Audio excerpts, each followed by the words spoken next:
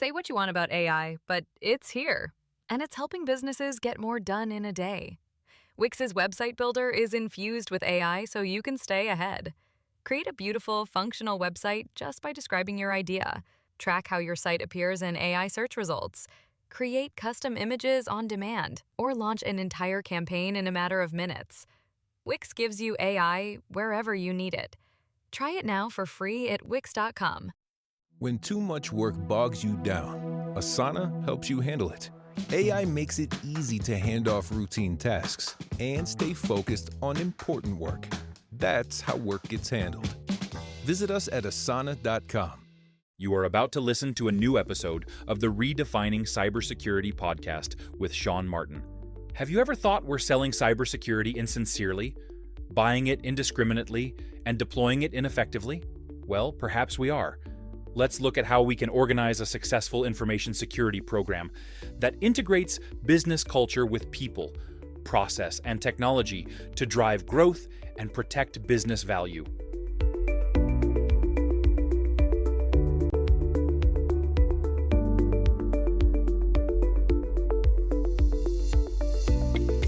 Hello, everybody. Good morning, afternoon, evening. That's a new intro for me there.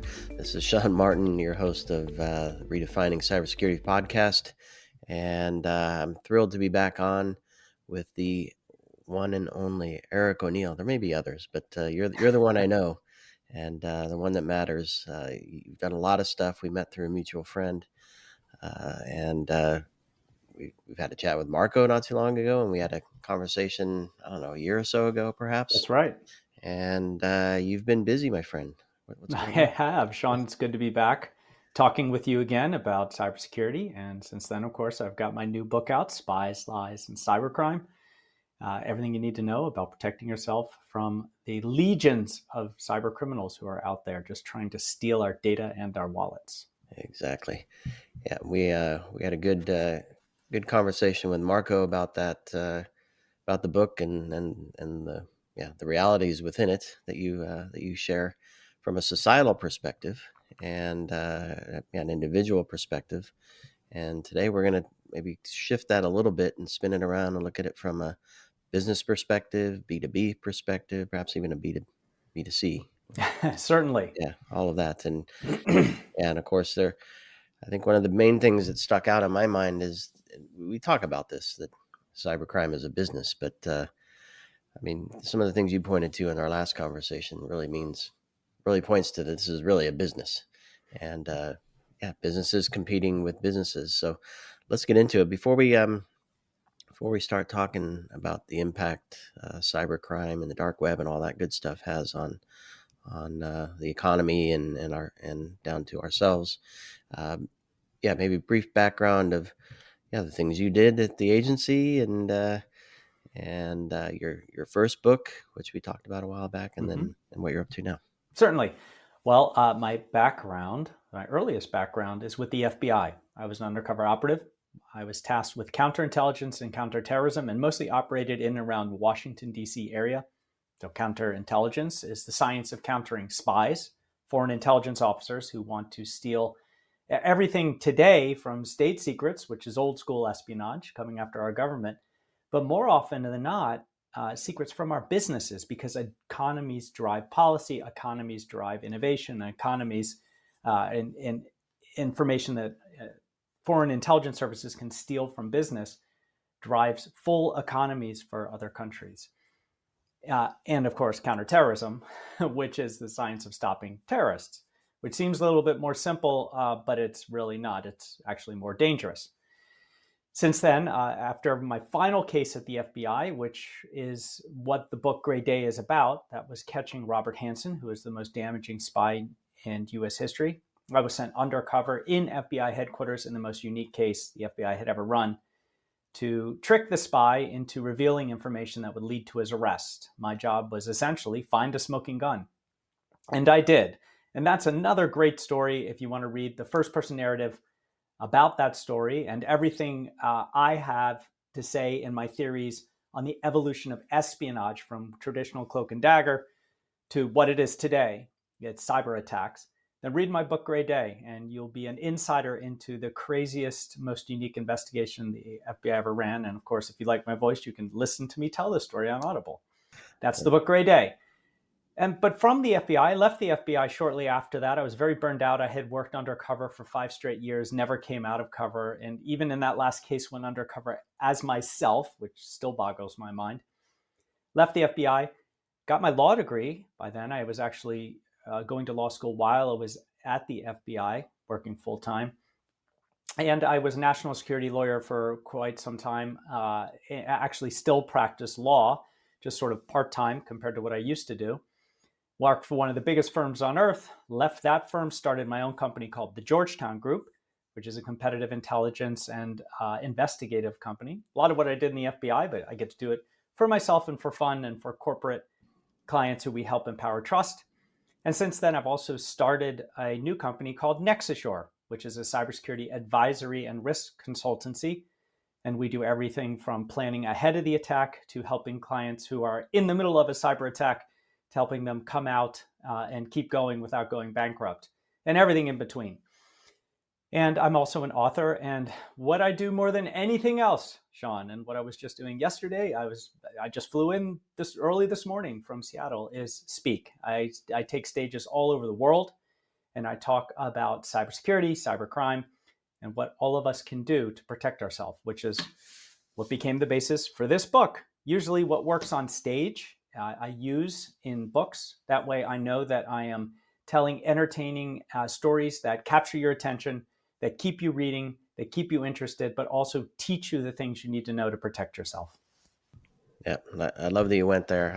You said have fun. You're having fun, which is important, and maybe not always the case for a lot of security professionals trying to run a successful program in a business that just wants to sell stuff, right? Products and services. You're 100% right. And security professionals, from what I've seen throughout my 30-some year career in this space, are always under the gun. In every company that we look at, and most companies are SMB. In this country, most companies are small or medium sized, moving toward enterprise, but not quite there, or just graduated to enterprise and are trying to figure out suddenly going from middle to big and needing to deal with cybersecurity.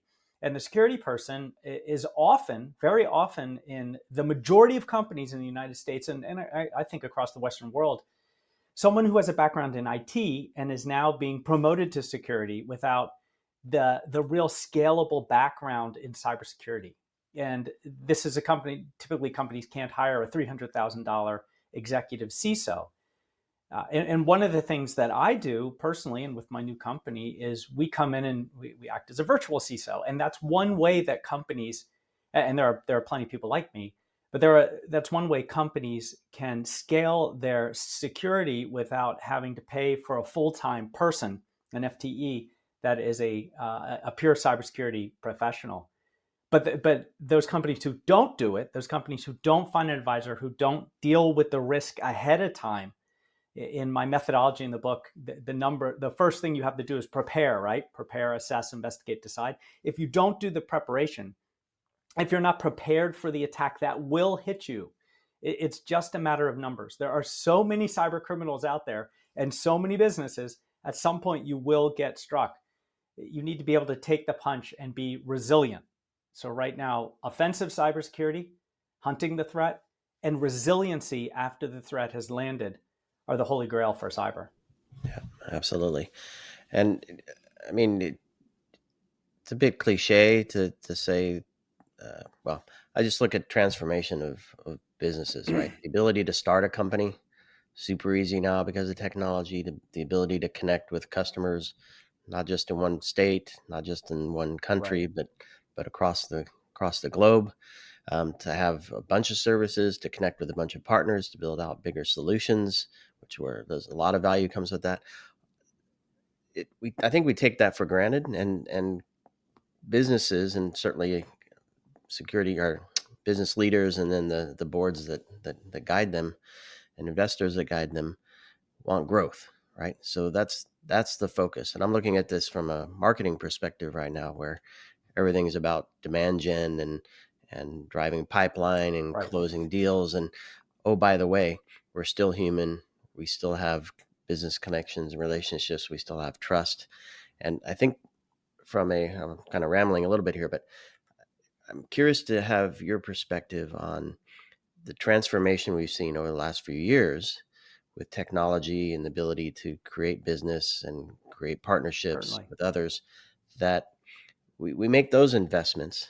But then you say we can't afford a $300,000 CISO Right. and maybe not even a security team. And we're talking about your small, medium business here, but I'm just wondering what are you seeing in terms of threats that we're not realizing, and or do you see organizations do it right that maybe others can learn from as they're listening to us chatting today? Absolutely. And we're working with organizations who are exploding into the enterprise stage and are being very smart about layering and building in intrinsic cybersecurity into their stack, into their transformation.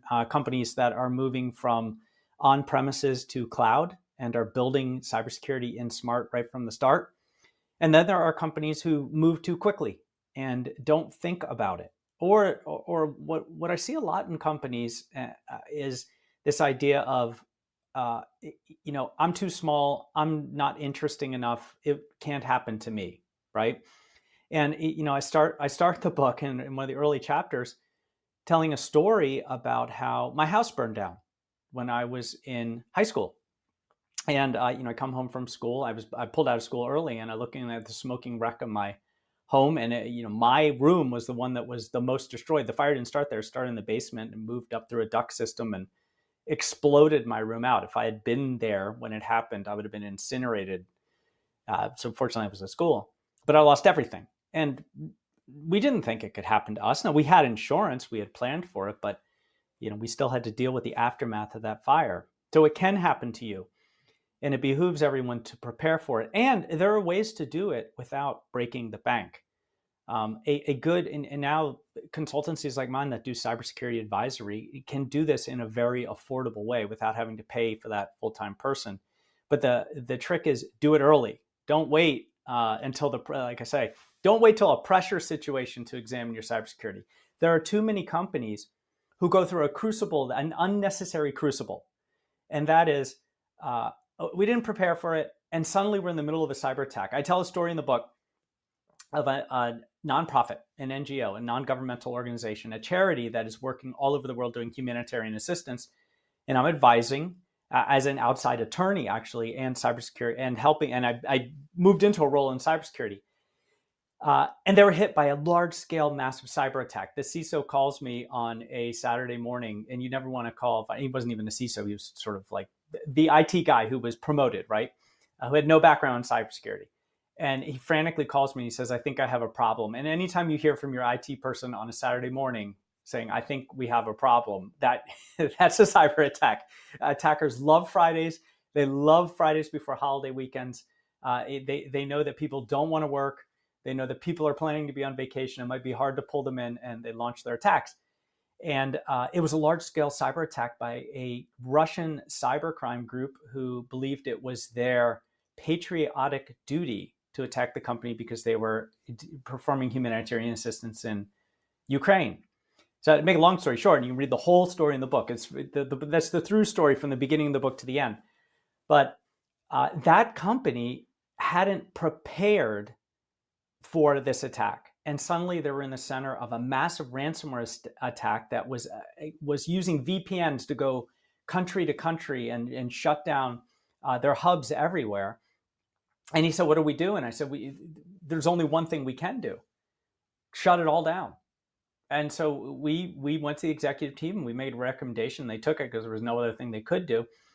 And we told every single employee in the company, around 3,000 employees, turn off your laptop, close it, shut that thing, pull the Ethernet cable, get off wireless, walk away, just walk away.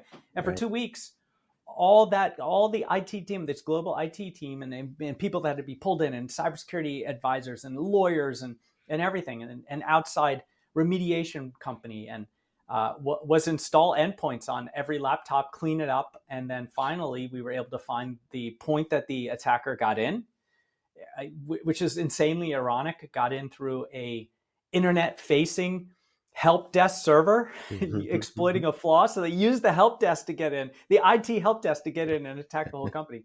And then once we knew the point of attack, we knew a backup that we could restore from. The company lost weeks and weeks of data and information and time, and may actually not make it. That was the 1-2 punch with the the U.S. aid, the reduction in U.S. aid. But right. Yeah, so it can be devastating if you don't prepare for it. Now, if they had just done the work to invest in that endpoint solution, they could have quickly found the attacker when they landed, isolated the attacker, and minimized the footprint of the damage the attacker could make. And that is not a super expensive trajectory. And when I'm talking to boards, and I do a lot of public speaking to boards, I do classes with boards, and I teach them.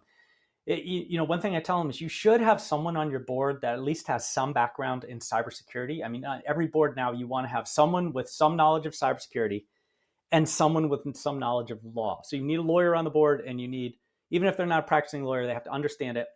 And you need someone who understands cybersecurity, even if they're not a CTO, a CISO. They have to have some background and understanding of cybersecurity. I sit on a lot of boards just for that reason.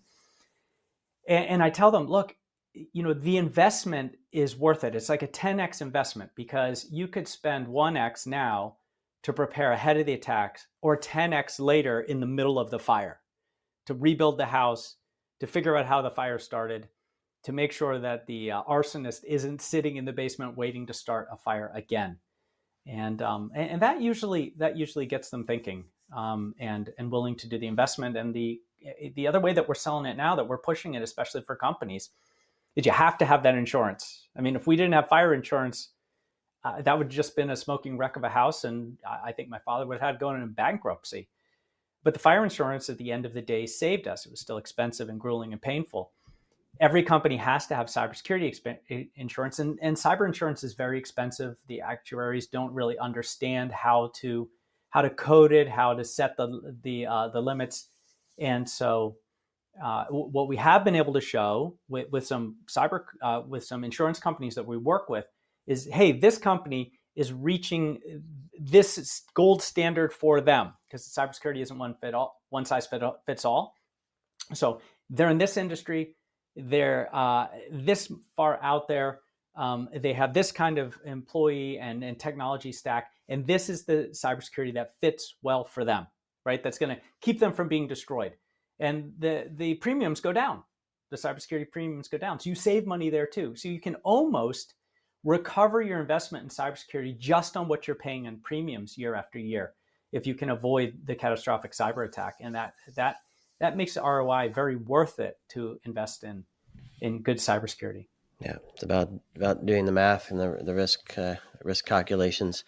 Can you talk me through the structure of the structure of the book, the structure of how you walk through some of these things you talk about being prepared, and then at the end making decisions. So what's that look like? Certainly. And how do you have conversation, or how do you present that to folks on stage as well? Yeah, definitely. So the book is in 2 parts. And going back and deciding, how am I going to write a book on cybercrime and everything you need to know to defeat it? I went way back to the start. I went back to the FBI Academy at Quantico when I was just a green new investigator thrown into the academy and trying to learn the science of counterintelligence, because that's what we need. We need right now in cybersecurity. We need counterintelligence, which is a fancy word for spy hunter. We all have to become spy hunters if we want to stop cyber attackers. So one thing I wanted to do with the book for my readers is demystify things like the dark web and how cyber attacks start and where they come from, and the origins of all the cybercrime, but also peel back the curtain and give you an inside look at what it's like to be an FBI counterintelligence specialist, a ghost, someone who is steeped and understands the way that attackers are attacking so that we can defend against it. So using storytelling and a primary acronym in the first part of the book called DICED, which is deception, because espionage runs on deception. The engine of deception, it launches all cyber attacks. So deception, impersonation. Most cyber attacks will impersonate someone you trust, right? Infiltration. If you're looking at ransomware, then the attackers are going to burrow their way in and then take everything down. So deception, impersonation, infiltration, confidence schemes, which are taking deception to the next level, exploitation, and then finally destruction. Because at the end of the day, what criminals do is they use the same tactics as spies. They quietly get in, they maintain persistence, they expand their footprint. Spies just steal the data, and so do criminals. And then spies sneak out, and they don't want you to know they were ever there. Criminals smash everything at the end and set everything on fire, lock it down with ransomware, destroy data. They steal it, they exfiltrate it, which is our cool word for it. And then they want to sell it back to you or ransom you the decryption key if it's a ransomware attack. So it's very similar. And what I do is in each of those categories of espionage, I teach you what cyber criminals are doing and how you can recognize the attack. So the first part of the book reads almost like a hacker's playbook. Like if you got one on the dark web and you downloaded like how to become a cyber attacker, right? Because I want to put in your mind the ability to recognize the attack when it's coming because you understand it intrinsically. That's how I learned how to hunt spies. I had to know their tactics so I could defeat them. And that's what we do in the second half of the book. Paid, prepare, assess, investigate, and decide. It's a 4-step, very easy to follow methodology that scales from you and me, Sean, a consumer, right, with our laptop and our, and the pictures of our kids that we want to protect, right, to a full enterprise and a CISO running it. The only difference between how you defend yourself as an individual and an entire company is a matter of scale. And that's what the beauty of the methodology scales from whatever either individual or company that you're trying to defend. So paid is prepare, assess, investigate, decide. You prepare ahead of the attack. You don't wait for the pressure situation. You are routinely assessing your cybersecurity. And this never stops. And there's a whole series of steps for that. You investigate when your assessment shows you that there is a problem. It runs up a red flag. And then you put on your spy hunter hat or you bring in a team to help very quickly, rapidly find the attacker and neutralize them. And finally, decide. You have to decide to act, which means you don't wait until the last minute. You act now. You're listening to me now. And you go now and you begin this process if you haven't already. So great structures. I'm sure they work extremely well, especially when they have somebody like you to kind of guide them through the process of understanding where the threat's coming from. How are the criminals and the bad actors targeting and moving through and exfiltrating and destroying? And then on the other side, to your point, how do we prepare for that and build programs to protect and then respond if something bad happens? Right. What I'm seeing, and especially when organizations are moving from the SMB to the enterprise, they're transforming, as we noted earlier. They're transforming. They're moving to new technologies. They're building out and building new apps. And what I'm hearing and seeing is that there's so much out there. Well, so many systems they have to protect, so much data to protect, so many people involved, so many partners involved. Right. And then so many solutions. So all that's the exposure part of it. And then there are so many solutions out there to help with little bits and pieces of it, to parts of it, to the whole shebang. And with that, you might get something offered to you that you may not need right now, maybe a little cutting edge, but it's going to help you in a year's time. To here's the basics that you need, but some of it might be best practice or best of breed, Mm-hmm. but you're going to have to find out what those are. And then you have the big behemoth companies that do it all, and you get good enough across the board, but you might be missing some small parts. So painting that picture now, how do you see organizations trying to do that math of what is the threat? What is the risk? What is my exposure? How do I map that to what I exactly need? And how do I find the right pieces and parts to actually build a program and build a team and not kill ourselves in the process?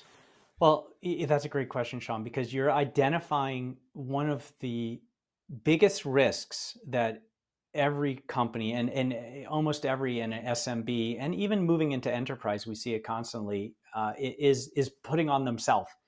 And that is their stack, their technology that they've invested in. And what we're seeing time and again is they're over investing in things they don't need.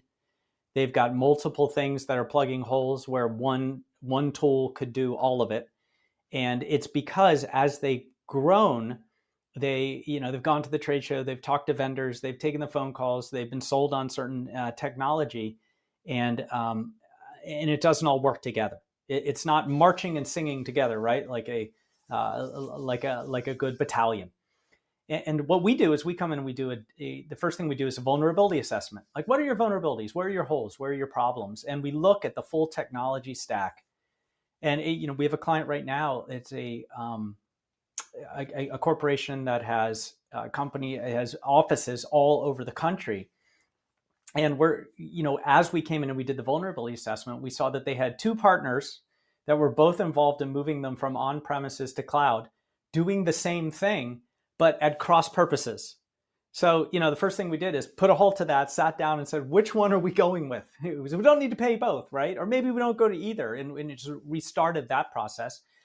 We also saw that because they didn't have good policies across the board in IT, there was shadow IT everywhere. The person in charge of IT for different offices was investing in his or her own thing. And then of course there was no plan for how does the company use AI, which is something that many companies aren't thinking about. If you don't have a plan for AI, if you're not providing a secure AI environment for your employees, they will use free AI. They will go out and they'll use their free version of ChatGPT or Cloud or whatever, and then they're putting your confidential data into an open source AI that's now reading it, and others can see it, and it can create a point for a breach. So you have to think about that as well. So that vulnerability assessment can be critical. And also, the nicest thing about having someone come in and do that, it's not just cybersecurity, it's really IT vulnerability to find where you are in your journey and where the holes are and what has to be fixed. Is companies end up saving a lot of money. We find that what we're charging for the vulnerability assessment, we're providing cost savings in just streamlining the technology and getting rid of things that they don't need. It might be a few years down the road because companies sign contracts and they can't get rid of this, and but they see it down the road that it will pay for itself, and that's absolutely critical, especially moving from small to big. As soon as you look like you're going to move from small to big, like every vendor on earth comes in and wants to sell you something, and you have to resist buying the things that just aren't going to be necessary at all and aren't going to help you, or might open the door for an attacker because you're bolting something onto something where it doesn't fit. So another thing that I feel is happening is, companies seem comfortable making those decisions when Marco and I do it all the time. We're using this service. It's meeting 90% of the need that we have. We need to move in this direction. So we need to look for something else. We have a contract with this one, or subscription that's not ended. We make a decision to move to the new one because that added, even if it's a short period of time, that added value is going to help us reach new thing. We're comfortable with that. You throw the word cyber in there and it's like, right? Now what do we do? Right. And it's because I think the industry has painted this cloak of mystery above it, and people don't know how to talk about it. So the reason I'm going there is kind of the storytelling aspect of this. How important is it? How do you see organizations be successful in telling a story that maybe doesn't focus on the cyber part of it, but focuses on that last part, the decision to say, this is a story we've heard. Here's how we're telling it in a way that you can understand, right? You haven't experienced it yet. Others have. It's not cyber, it's the story. and therefore you can understand it and maybe make some decisions that you're familiar with Yeah. making all the time. Just this one happens to be cyber. Yeah, usually when I'm on stage and I'm speaking to a company, I will look for, I always have one key cyber attack I like to talk about. Like I was just talking to this huge organization of historic hotels and wonderful people. I mean, I decided as a keynote speaker, I want to target every kind of hospitality company I can, because no one knows how to take care of you better than a hospitality group, right? But in speaking to them, I used the example of the attack on MGM in Vegas, and how Vegas was shut down and those hotels were shut down and there was chaos, and every patron was unhappy and people couldn't check in, and how just one simple phone call led to that attack. 10-minute phone call, and the attackers were able to get through MGM's incredible cybersecurity. You have to speak to the audience in a way that they understand, and you have to draw from stories that will matter to them, right? If I went and spoke to a group of hospitality people and I was telling the story of Colonial Pipeline, right, it wouldn't hit the same way. It's like, okay, that's great, critical infrastructure. And then I tell them, technically you're critical infrastructure. People can't go stay at a hotel, then, it causes trouble in travel, right? But you need to be able to speak. And this is why, look, I'm an attorney, right? I was also a general counsel for some time, and I was at an outside counsel. And the difference between having your general counsel, who's a member of your executive team, and going to an outside counsel when you think you need legal help is kind of the same as having a CISO in your company on the executive team and going outside to a cybersecurity person when you think you need help. That inside person, that executive, understands the company intrinsically, knows where all the skeletons are, knows where the problems are, has fixed that engine 100 times and just knows it like the back of their hand. So will understand what is necessary from the inside out. While, and if you don't have that person, then you need someone who's going to come in and become knowledgeable about you and be on your side, as opposed to just having a subscription to a cybersecurity vendor who just wants to sell you things, right? So you need to have that advisor, not just a company that their goal, while they want to make you safe, their goal really is to get more subscriptions and more seats for their technology, because that's how the person working on commission makes their salary. So if you don't have your insight, if you don't have your general counsel, right, don't just go to a law firm who's just going to want to bill you for whatever they can. You need now we have virtual general counsels, right? The same thing with a CISO. You need someone who's going to be there for you, know your team, and fulfill that role, even if it's only like one day a week. But they're going to understand the company, and they're going to be able to say, all right, here's where we are in our transformation, in our growth, and these are the kind of things we need, and these are the kind of things we don't, because this won't fit and this will fit. And that is a way that a company that can't hire that full-time person can rent one and get not quite the same, but close enough that it's going to help them be secure. And storytelling is critical. That's what a good CISO will do. And they come and I speak to a lot of CISOs every year, and they come and listen to the keynote, and often they'll bring their CEO with them, right? And then I get so many hands shook, until my arm wants to fall off, by CISOs who come over, like, my CISO, halfway through your keynote, approve my budget. Because storytelling, learning the examples of how this harmed companies in the past, what companies did to be successful, and doing in a rubric of a story, which is how we think as a species, is how we remember information, will sit in your mind and help you sell from the inside to get that little slice of budget that you desperately need. I love it. So funny that you went there, because the question I want to wrap with is back to the book. So you did in the context of speaking to an audience and CISOs and CEOs coming together, and maybe the rest of the executive team. But for the book, how can a CISO and a CEO and the rest of the C-suite use the book perhaps to create their own story, so that they they can define their own scenarios of risk and exposure and protection, detection, and response. Rolling the dice, diced, Right. and protecting the business so they can actually get paid and keep that revenue. How can the executive team use the book to gain benefit?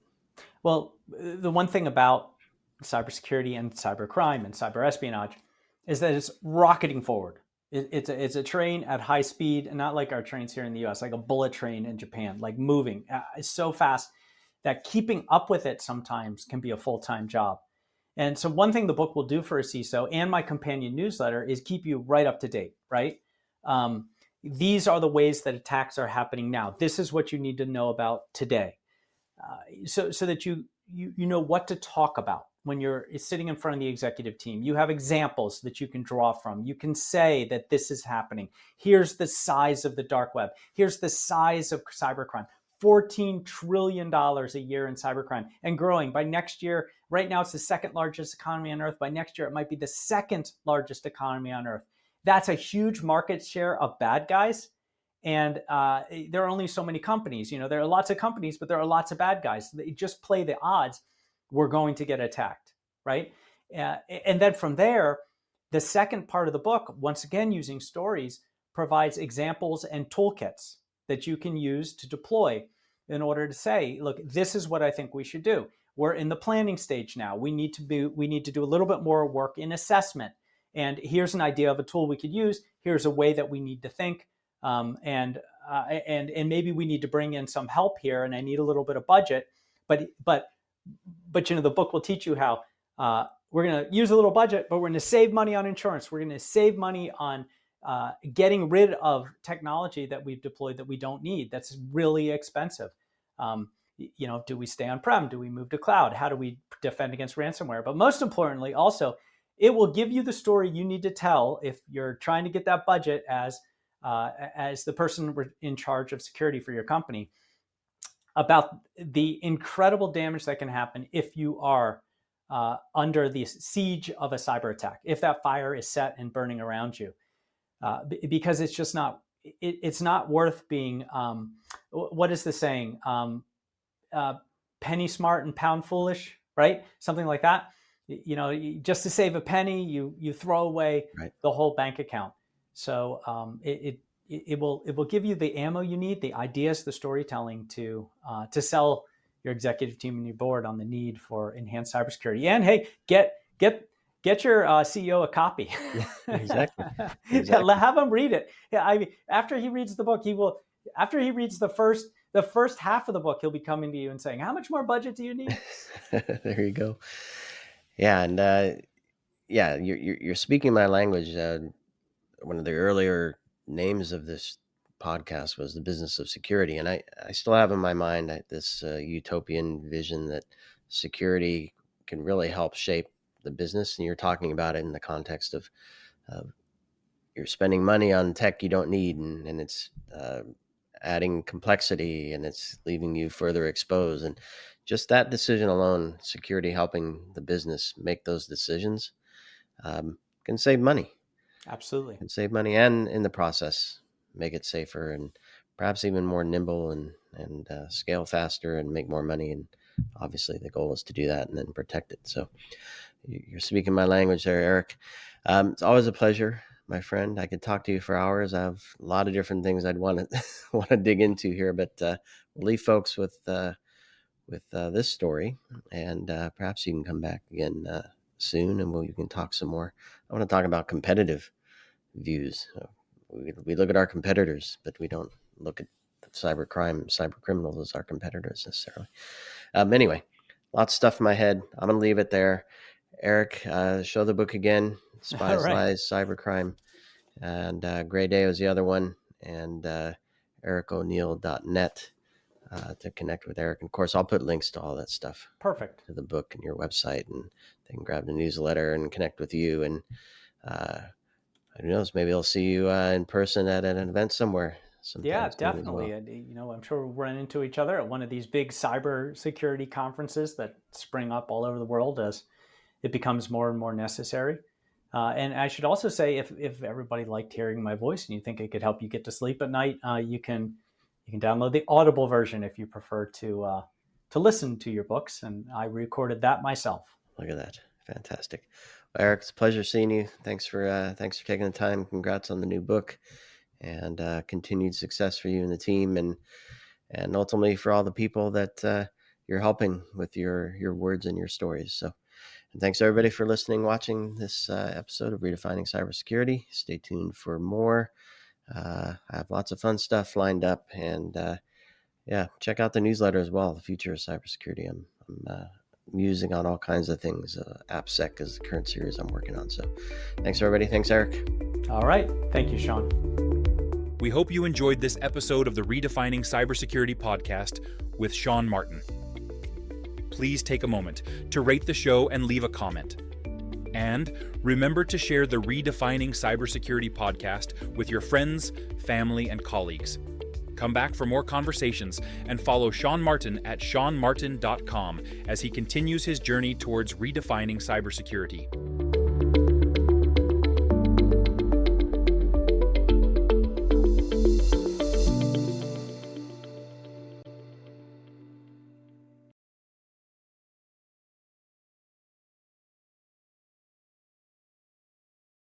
How many times have you wished you could be in two places at once? With Wix, you practically can. Wix's website builder is packed with powerful AI tools to make running your business online easier. Build a full site just by talking with AI. Get an AI agent to manage your sales and marketing. Or work like a 10-person team, even if it's just you. So you don't need superpowers to get everything done. You just need Wix. Try it now for free at Wix.com. When too much work bogs you down, Asana helps you handle it. That's because Asana is where humans and AI coordinate work together. AI makes it easy to hand off routine tasks, streamline workflows, and keep everyone focused on the work that matters most. That's how work gets handled. That's Asana. Visit us at asana.com. That's ASANA.com.